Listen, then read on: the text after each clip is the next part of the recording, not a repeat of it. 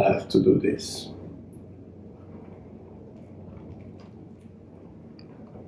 Wow.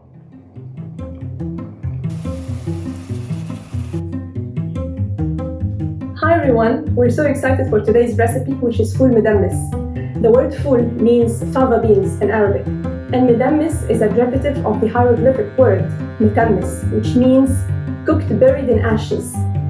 For me, ful brings back lots of childhood memories. And the similarity we found in how Egyptians and Italians cooked ful and the tools they used is incredible. So today I'm going to cook ful from scratch. 2 recipes, the very plain one, which is the most traditional one, and the other one is my dad's very own recipe, which is my all-time favorite. I'll also be making the little baladi bread, which is a type of puffed up flatbread. You'll just find it in Egypt. It's a bit hard to perfect this bread because it requires a very hot oven, usually made out of clay, which I don't have obviously. So I'm just trying to make it in my pan oven here. Just to give you a little feel and taste of Egypt, of the real thing actually. So don't go anywhere and let's go. Start off by putting the dried fava beans in a wide tray and get any stones or bad beans off. Then transfer the ful to a big bowl and soak it in lots of water overnight. The beans will grow bigger in size and absorb some water, so make sure you cover them with water by 2 inches. This aluminium pot you see is our special Egyptian pot to cook fava. The narrow neck slows down the water evaporation. Then we put it on top of this little table cooker, which ensures a very gentle and steady cooking of the fava. The next day, discard the soaking water and wash them thoroughly. Most of the fiber in fava beans is soluble and may help lower cholesterol levels. This may improve the feeling of fullness, which will result in a lower calorie intake and weight loss. They have a slightly sweet, earthy flavor. They are also loaded with vitamins, minerals, and protein, which are vital to bone strength. Put the beans in the pot and cover them with boiling water, then put the lid on. Leave to cook for a few hours. Mine took 4 hours to cook. Check on the beans half the way through and add more boiling water if needed. Any heavy pot with a well-fitting lid will do, but make sure it's always cooking on very low heat. You can also use a slow cooker to cook the beans overnight, or use a pressure cooker, which will reduce the cooking time to 30 to 45 minutes. Now let's prepare the Aish Baladi or Baladi bread. Baladi means traditional or authentic. Aish means life. Bread is considered a commodity that Egyptians cannot live without in their daily diet. Baladi bread is a very traditional bread made with bran. It's like pita bread but thicker, tastier, and a little bit chewier. To make the bread, we start off by sieving the flour and put it in a big wide bowl. Add salt to the flour, pour the lukewarm water on top of the fresh yeast and mix them together. Then leave for 5 minutes to get activated. You can always speed up this process by adding 1 teaspoon of sugar to the yeast. Check on the ful every now and then, making sure to add more water to cover it up when needed. Stir the flour with your hand. You don't want the salt to kill the yeast. Pour the yeast mixture on the flour and start mixing. Then add water a little at a time until it forms a loose dough. I use bread flour as it contains between 12 and 14% protein, compared to 8 to 11% protein in all-purpose flour, which wouldn't create enough gluten to give the color and elastic, light texture for a good bread dough. Keep kneading the dough for a few minutes until it's elastic and the gluten has been worked. The word yeast comes from Old English, gist, meaning boil, foam, or bubble. Archaeologists digging in Egyptian ruins found early grinding stones and baking chambers of yeast-raised bread. Longer mixing means a lot more developed gluten structure. It's possible to overmix the dough, at which point the gluten chains can break, so be careful. Wetter doughs also give a more open, irregular structure in comparison to drier doughs. But handling these wetter doughs can be a bit daunting the first few times.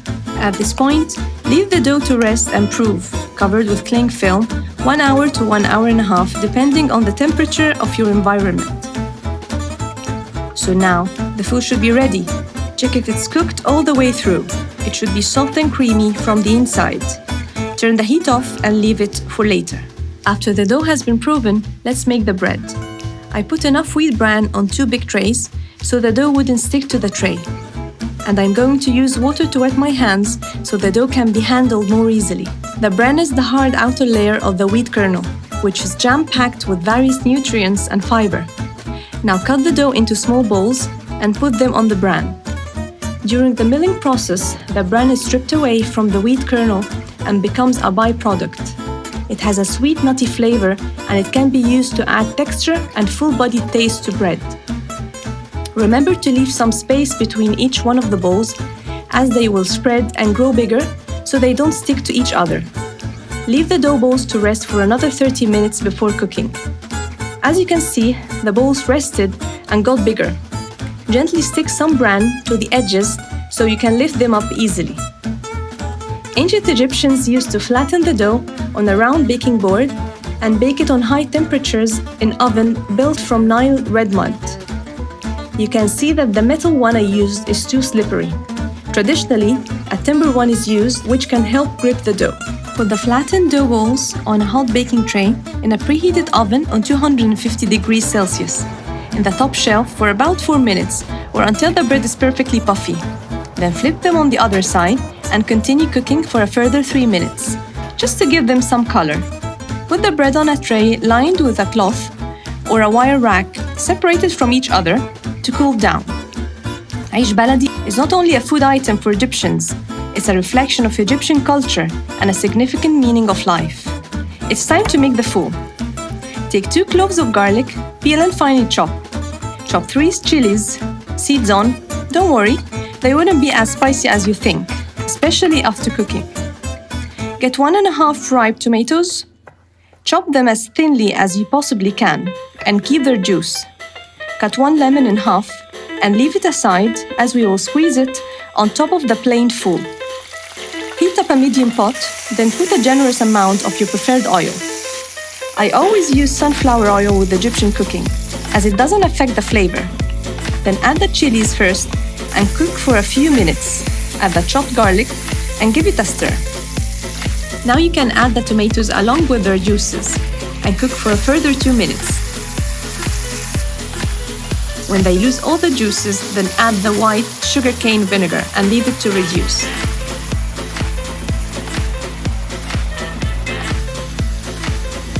Now it's time to add the ful.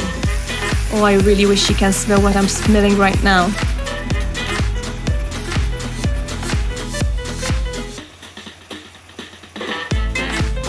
Season your ful with some salt, cumin, and a drizzle of tahini paste.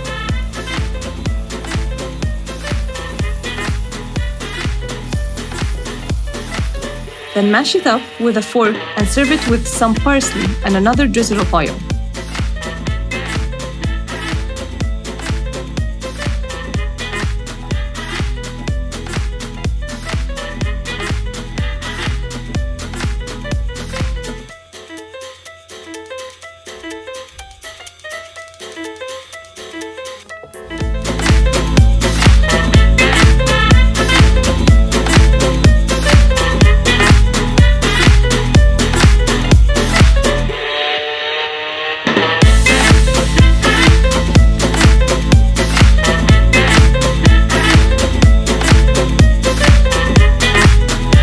Some plain ful on a plate, add some salt and a squeeze of lemon, then finish it off with some oil.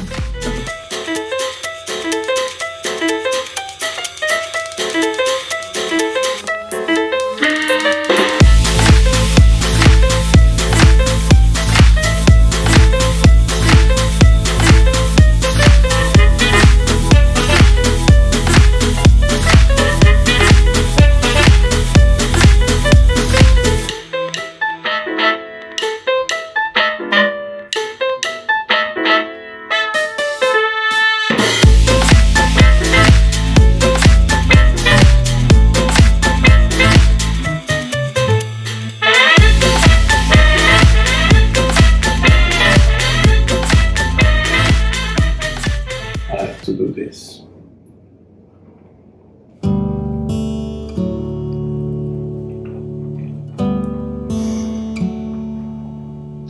Wow. I'm dirty. I don't mind.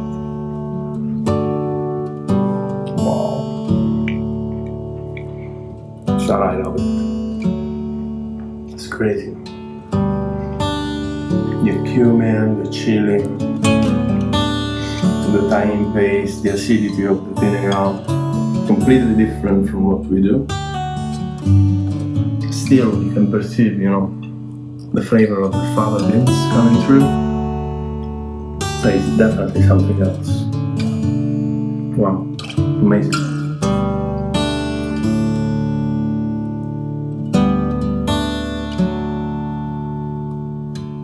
Fava beans or broad beans were cultivated in the Middle East for 8,000 years before spreading to Europe. Evidence of them has been found among the relics of the earliest human civilization and inside Egyptian tombs. And by the way, the word fava means broad in Italian. Yeah, it's true.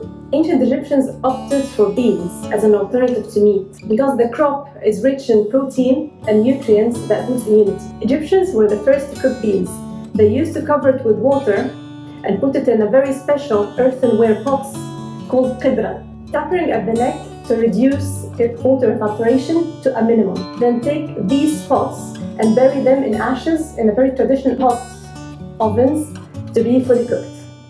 In fact, you were saying that you can find drawings of these pots in temples in Egypt, right? Yeah. And later on, Stefano, will you tell us more about how you cooked fava? Of course. In similar pots? Yes. Actually, remains of beans were found unearthed in tombs of Tiba and Saqqara, which were cities in ancient Egypt. Some of these remains are still preserved inside the Agricultural Museum in Cairo. Nowadays, you can see full shops and carts in every corner of Egypt.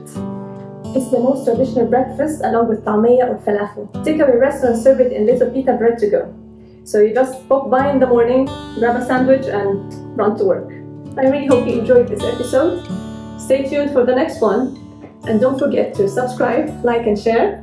And please do support us on Patreon. Salam! Bye. The relics of...